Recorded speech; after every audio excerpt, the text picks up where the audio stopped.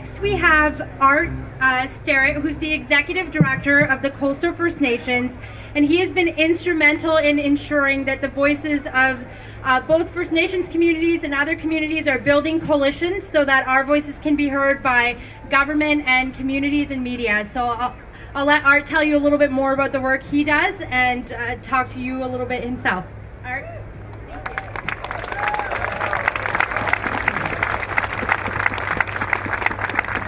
Wow, what an amazing gathering.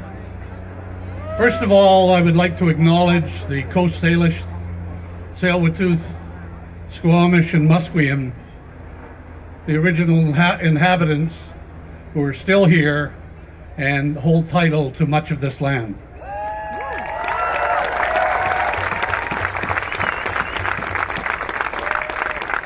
Bison, Simgiget, Sigadamananak, Lugigiget, Atagabawalsik.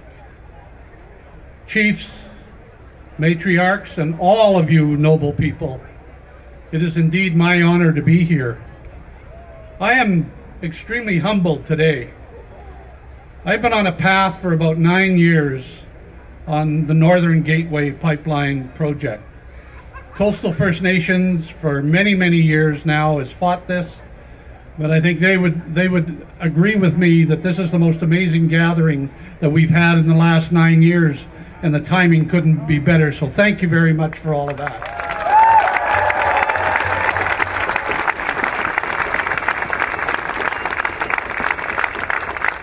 Ladies and gentlemen, we are approaching D-Day, as we're calling it. The decision around Northern Gateway is going to happen sometime in June.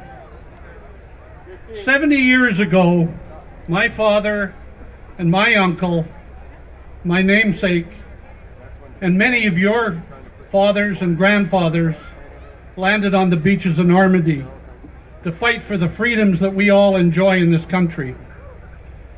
When we began this journey 9 years ago, it was all about a pipeline. It's become much more than that. It's now about democracy.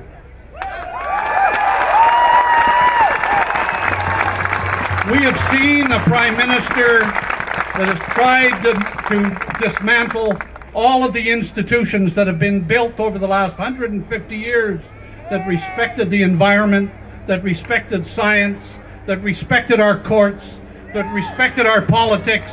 All of this is being destroyed by this government in the name of big oil.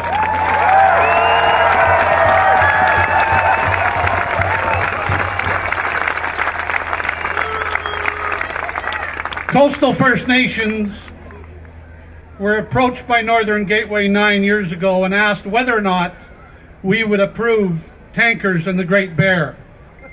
It took us 3 years to come to a final decision on that, and we said at that time, after investigating technology to clean up oil, which didn't exist and still doesn't, and looking in Valdez, Alaska to find out that the oil was still in the ground there, with what we saw in the Gulf of Mexico where they cleaned up 3% of the mess that they made there, what we've seen Enbridge do in the Kalamazoo, the Coastal First Nations declared a ban on tankers in the Great Bear Sea, and that ban will stay in effect forever, ladies and gentlemen.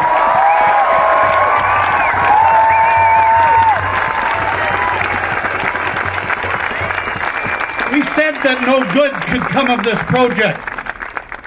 And I want to remind you of a couple of the things that have happened over the last 9 years or so.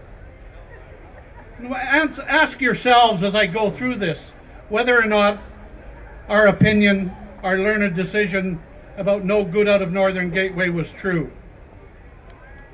Since we began this exercise, very early on in the process, the Prime Minister silenced all of the scientists who said that this project was endangering the environment. They gutted every bit of environmental legislation that was in the way of these pipes. They gutted every bit of it. They took a joint review process, flawed as it was, and took all of the power away from them because these three individuals who really knew nothing about British Columbia couldn't be trusted to make a decision. And then they passed it on to a whole cabinet of people who knew absolutely nothing about British Columbia, and they'll make that decision sometime early in June. Was that a good trade-off or not?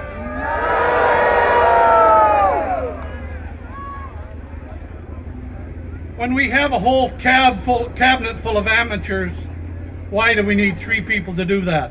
So we've got some more good news for you folks.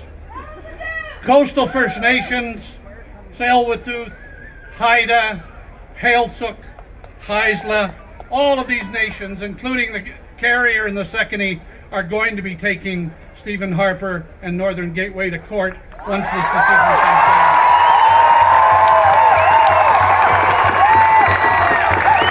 Here's the other good news.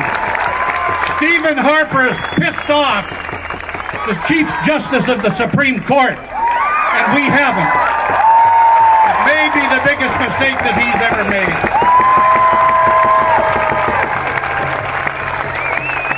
It seems like if anybody gets in Stephen Harper's way, he throws him under the bus. That's what he's trying to do to the Chief Justice now. Sheila Fraser did a bad audit on Harper. He threw her under the bus. The Chief Electoral Officer caught these guys with robocalling, illegal electioneering processes which got this bloody government a majority that we're suffering with today. They did it illegally, and they got caught, and Stephen Harper threw the Chief Electoral Officer under the bus. That's the kind of democracy we've got.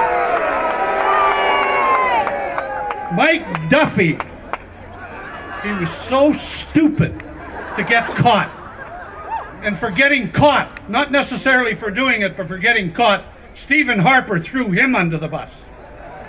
Stephen Harper threw Pamela Wallin under the bus, not for doing it, but for getting caught. Stephen Harper threw Patrick Brazo under the bus for getting caught. There was one man that came along that still had a shred of decency left in Harper's office, Nigel Wright. He thought, it isn't fair that Mr. Duffy steal this money from Canadians, and I'm going to pay them back. Stephen Harper decided that Nigel Wright had made a mistake and threw him under the bus. That's what we've got going on in Ottawa right now. Ladies and gentlemen, there's nobody left in the bus. They're all under it. And Stephen Harper is on his way out. That's what we've got going on.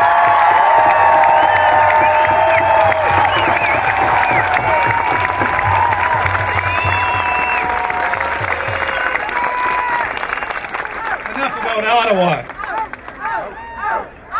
Alison Redford is also under the bus.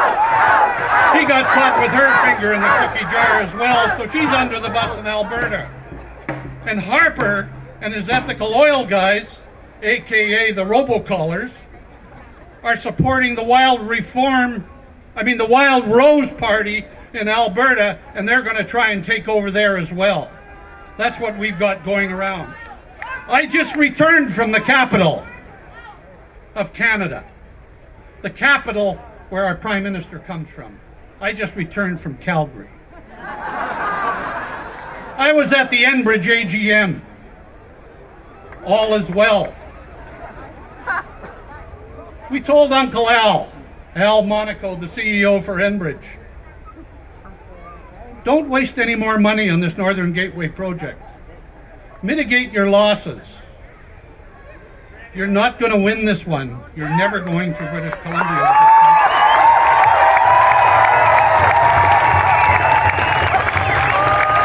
Mr. Monaco later tweeted, he talked to a native leader who said he would meet again, so all is well. Likely no need to implement the AFERD report recommending building a strong relationship with First Nations in British Columbia. Al's talking to one Native leader, has agreed to meet with him. All is going to be well with Northern Gateway. Keep investing. That's what they've got going. A little closer to home, all is well. The salmon are going to be safe. We don't need to implement Cohen, because Janet Holder has told us 15,000 times that this pipeline is going to protect salmon. Yahoo, baby! She's going to protect salmon. Pipelines protect salmon. Do we believe this crap or not? The people of Vancouver and the rest of this province better bloody well get ready, because Janet Holder has told us 15,000 times that pipeline routes are better habitat for caribou than the natural stuff that we've got, and they're going to be thundering down on Vancouver after all these pipelines are built.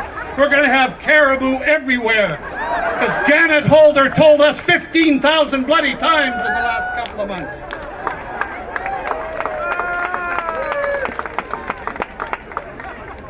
I got a couple more. I'm trying to control myself while I'm using paper. Ladies and gentlemen, it's a self-evident fact. Enbridge Northern Gateway has spent $500 million. Janet Holder, cute little Janet Holder. I look at her and I think about Stephen Harper and Maureen with that little panda bear in their lap.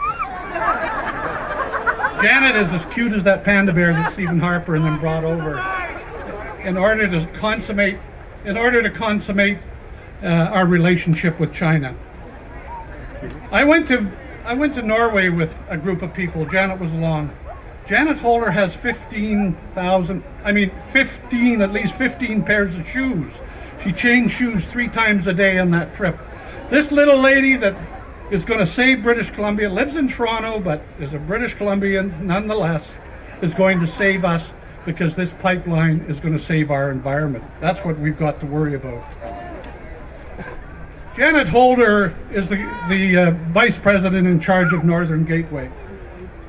To more serious things, Christy Clark is in Asia, protecting all of us and our environment as we speak. She has taken a little walk down Harper Road. She has changed the Park Act to allow the pipelines to go in there and investigate. I wonder what they'll do when the investigation is over. Christy Clark, you better sober up if you think you're going in our parks. She has given the Oil and Gas Commission authority over allocating water.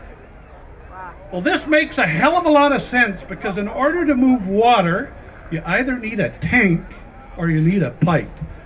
So I think that's probably about the extent of the logic that this provincial government had engaged in when they decided the Oil and Gas Commission was now in charge of water in the Northeast and along the route. Can you imagine the logic and amount of intelligence that goes into making those kind of decisions? None whatsoever. What next, Christy?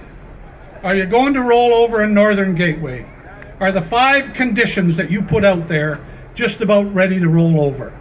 Because I'll guarantee you that First Nations aren't rolling over, and condition number 4 will never ever be met. So you will not research it.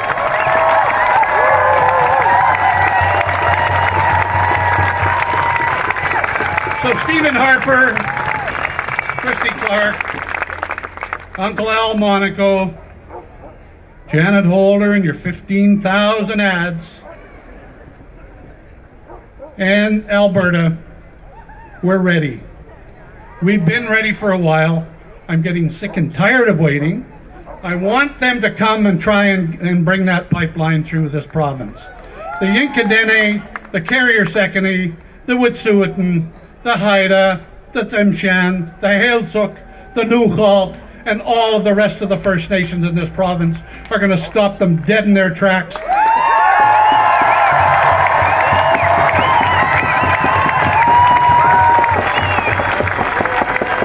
And ladies and gentlemen, something even bigger than all of that, and you represent that here today. These people are going to get a lesson in democracy that they haven't had in a long time, and they bloody well need it. So all of you are going to have your say, and these pipelines are going to sober up pretty damn soon.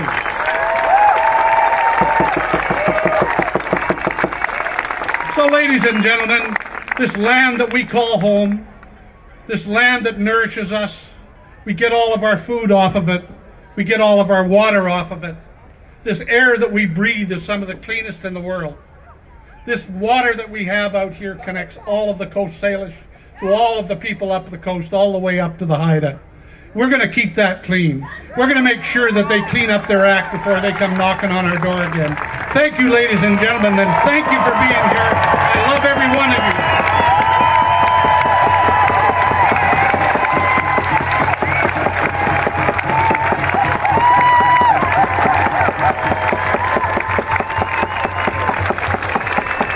Art Sterritt, everybody. How you all doing out there?